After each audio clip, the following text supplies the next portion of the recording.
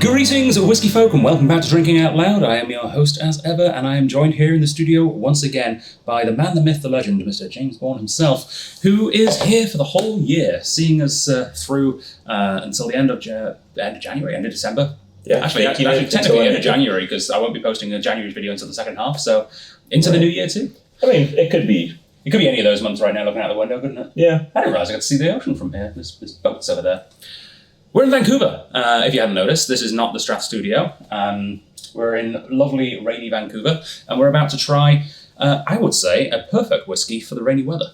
I'm looking forward to having this one today. So this is McNair's Reek.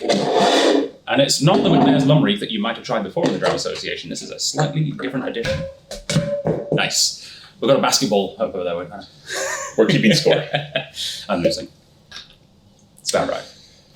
So this has some ties to a whiskey that you might not expect off the top of your head that has anything whatsoever to do with, but the GlenAllachie distillery. Now it is, of course, cask strength and 10 years old, so there is a little bit of a connection there. And I think it's safe to assume that there may be some sherried GlenAllachie in here. But this is a peated blended malt.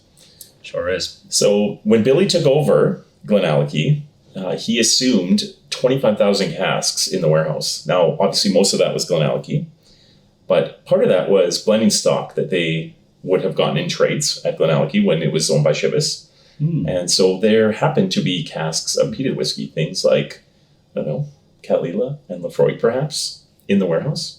It was Chivas? Well, that's the thing about trades. Yeah, right? Well, I mean, there might have been some of their peated Capitanics then.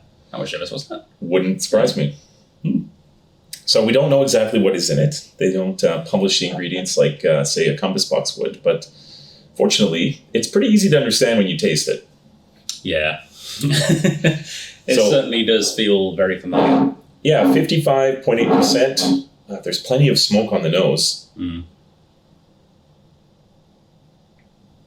So yeah, this is one of two blended scotches that GlenAllachie took over as part of the sale. Now, of course, Billy Walker, when he started, he was actually working in the blending lab at Chivas working on Ballantines. Cool.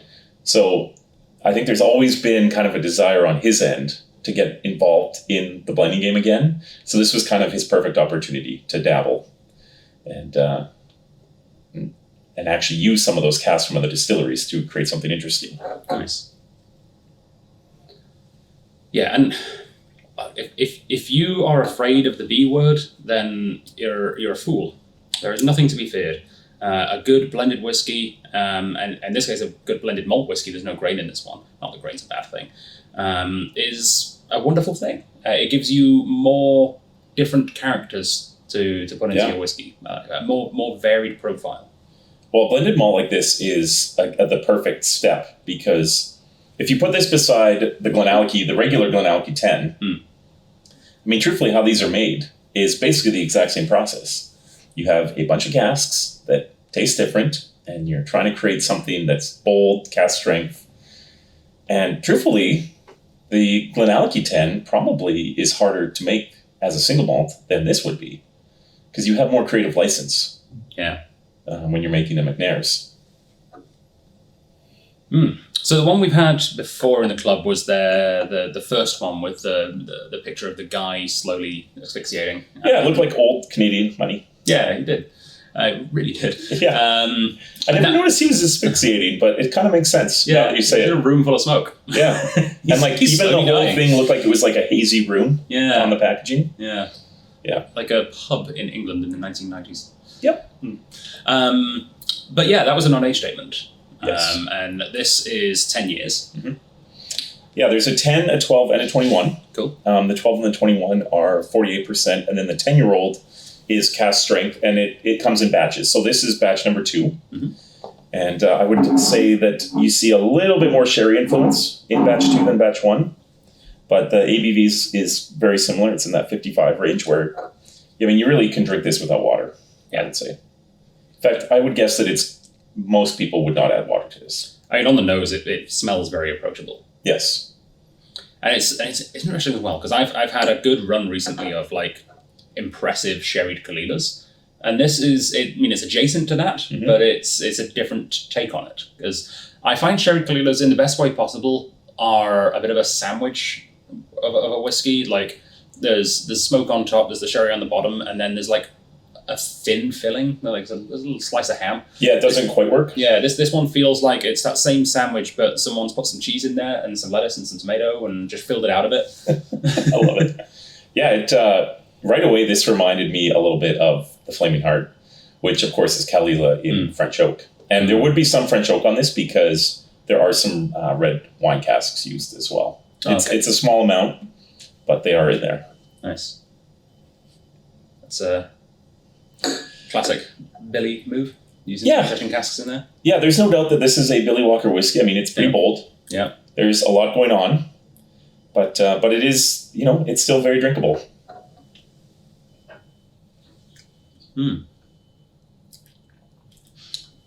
So for those who are wondering what the hell a lumreek is, it's from an old Scottish saying, lang may your lumreek, long may your chimney smoke. Yeah, we don't say that in Canada. No. But it's quite common in Scotland, isn't it? It's fairly common, yeah. What would the Canadian equivalent be? It's like... That's a good question. Yeah. Do we tell each other hey, have a good life? Yeah. Or hope everything's good? We don't really have an equivalent. Yeah. Someone's going to write it in the comments. I mean, it's a very optimistic thing, isn't it? There was a stand-up comedian I was watching a while ago, I can't remember who it was, who's had this whole bit on telling someone, in a store that you've never met before, have a good day. And it's like, having a good day is really hard. You should be more realistic. Have a good 10 minutes. That's your good advice. Well, the word long in Long May Your Lumreek does kind of leave an open ended. Yeah. What is long? A day? Also, an hour? Live long. It's like live long and prosper. It's a Star Trek saying almost. But it doesn't actually, the prosper bit's not there. It's actually just, hope you live a long time. Don't care if your life's shit. This seems like just stay alive. A boutique whiskey opportunity where they could take the old label with the smoky room and then Star Trek and somehow blend them together. No pun intended. Yeah, that would be hilarious. Just Captain Kirk in the corner. They just need some sherry GlenAllachie to implement. Yeah, that'd be a good crossover. Some peated whiskey. Well, I'm sure it will happen. Strath exclusive 2025. A Billy Walker boutique. Yeah, that'd be quite a crossover. Yeah, this. If I was to think what is the hidden gem for the Canadian whiskey enthusiast, this is checks every box. It's peated. Yeah. It's really rich and full-bodied and oily. It's got tons of strength, and the price is right. Yeah, it really is. And on that, the price is. Gonna come in at somewhere around 140 for a cask strength 10-year-old that's peated and sherried. That is wild. There's no two ways about it. I can't think of any other. Yeah, that's not a long list. Yeah, that's the closest thing that should actually be our Ben Roma single cask, and that's a little bit more. You just have to get over the fact that there's that really awful B swear word on the front of the bottle. Yeah, and it's not Billy Walker. No. He's the other B word. Yeah. The one thing that has just come to mind here is I've always got in the back of my mind, what single casks can we start working on? Do you reckon we could ask Billy if we could do a marrying vat of this as a single cask? It's a good question. We are not getting offered a lot of GlenAllachie single casks. Let's just put it that way. Yeah, that makes sense. They're not always, when we do get offered them, sometimes the price isn't always right. Mm-hmm. So I remember those. This one is. I've not seen one in a while. I don't know if they're still doing it. You brought in the Great King Street marrying cask. Exclusive. So there's still a few bottles of that floating around out there, actually.